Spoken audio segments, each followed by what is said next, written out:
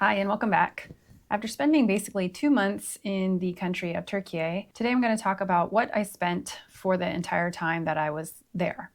And I did do a lot of different things. So I stayed in Airbnbs, I did a bit of hiking, and then I kind of did a little bit more fast travel. So I had kind of slow travel as well. So at the end, I will break that down kind of a little bit more into how exactly it was played out after the 59 days that I was in Turkey. If you're new here, my name is Kyria, and I've traveled to almost 60 countries over the last 26 years. And I love travel and I love learning from other people. So if you have any comments about these locations that I've been to or questions, please don't hesitate to ask. All right, so let's get started. The first thing, which is always the biggest thing, is accommodation. And for that, I spent a total of $1,929 for the 59 days that I was in Turkey. Like I said, I did a combination of traveling. So I stayed 28 days in an Airbnb in Antalya.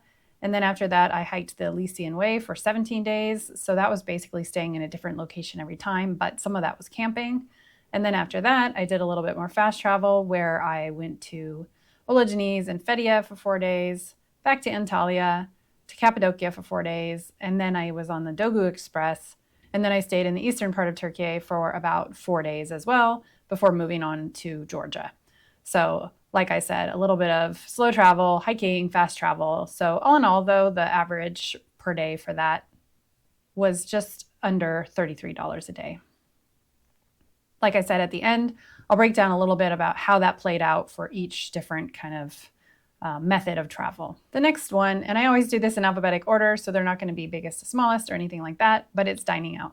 As I mentioned in my Antalya wrap-up video, I didn't really do a lot of dining out in Antalya. And then when I was hiking and doing the faster travel, I did eat out a little bit more, but I still tend to go grocery shopping a little bit.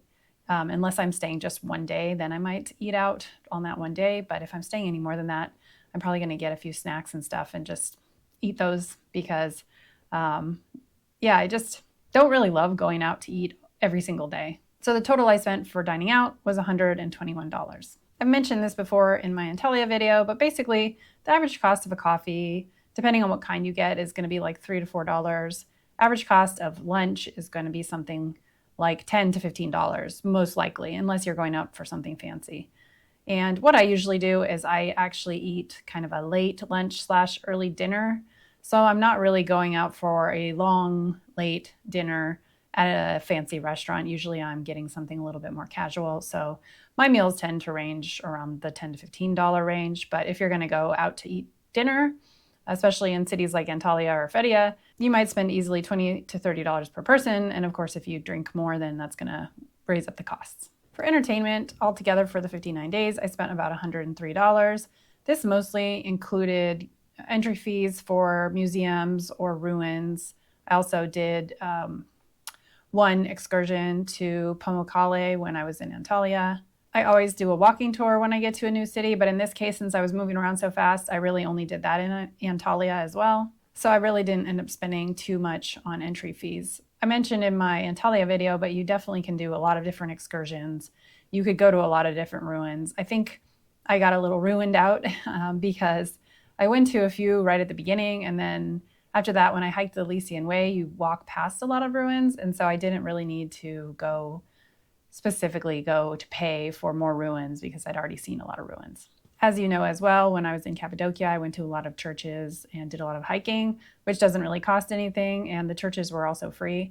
So a lot of the things that I did were basically free of charge. The next category is fixed costs, and what this includes is my credit card fees, my subscriptions, cloud-based services, internet security, things like that. I break that down to a daily cost, basically, and then I just prorate it out depending on how many days I'm in one place. And in this case, the total for that was $211. The next category is groceries. Like I said, I did eat more groceries rather than dining out. However, the produce in Turkey was quite inexpensive, so I went to the regular weekly market and got produce there, which, basically I just ate a lot of salads and cheese, and it didn't end up costing very much. So the total grocery cost for 59 days was $231. The next category is health. This includes my health insurance as well as any medications or anything else that I need to do, doctor's visits. In this case, I paid my insurance, which was basically about $146. And then I also did have to buy some paracetamol after I finished hiking because I brought Advil with me, but I basically used it all up while hiking. So I bought some paracetamol, which I think was like a 20 pack, and it cost me roughly $1.50. So my total all-in health cost was $147. The next category is miscellaneous. This includes any toilet fees, any shipping, and in this case, I actually stored my luggage while I was hiking.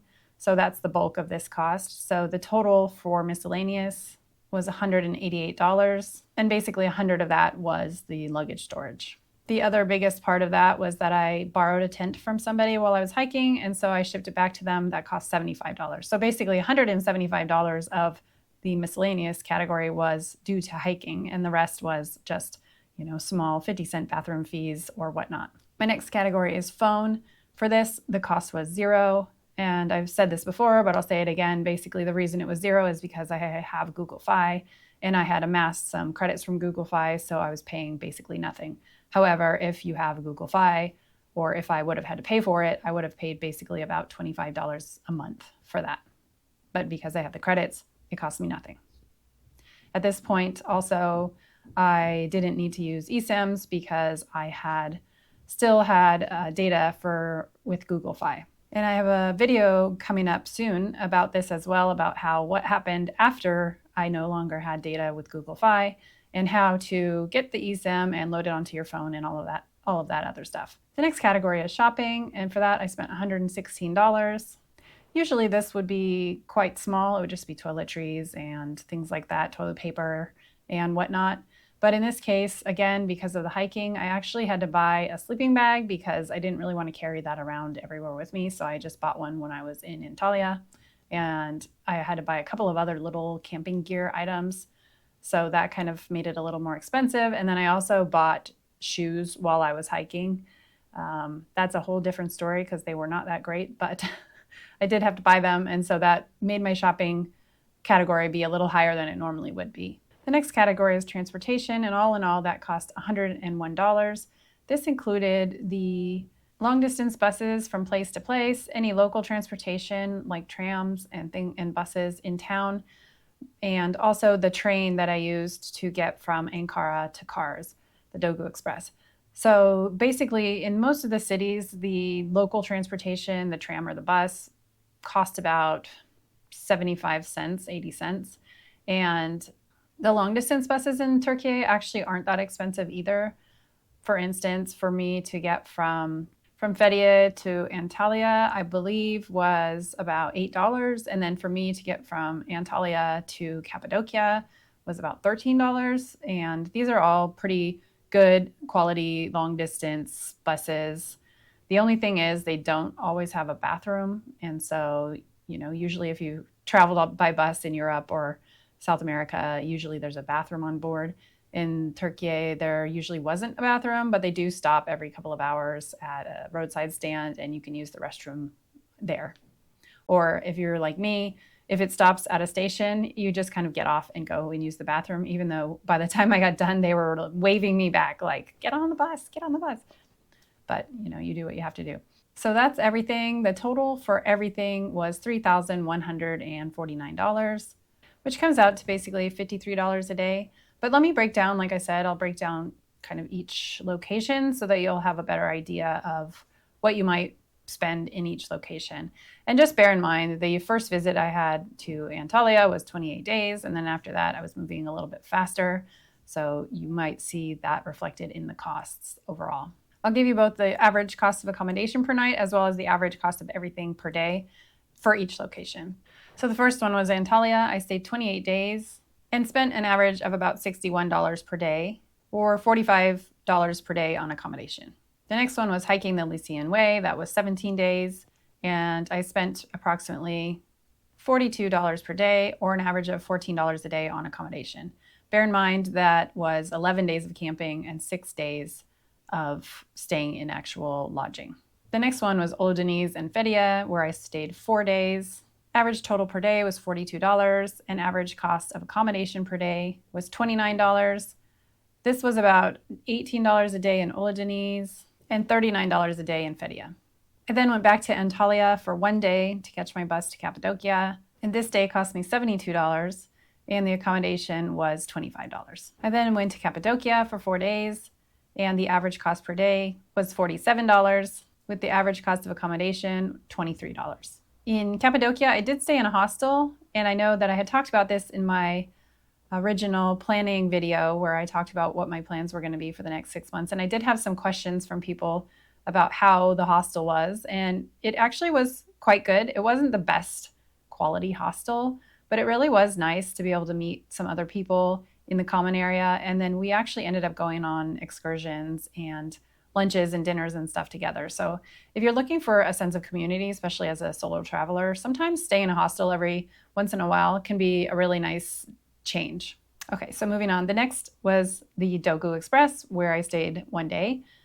And the total for that was $74. And I kind of broke out the accommodation based on the average, so I'm calling the accommodation $32.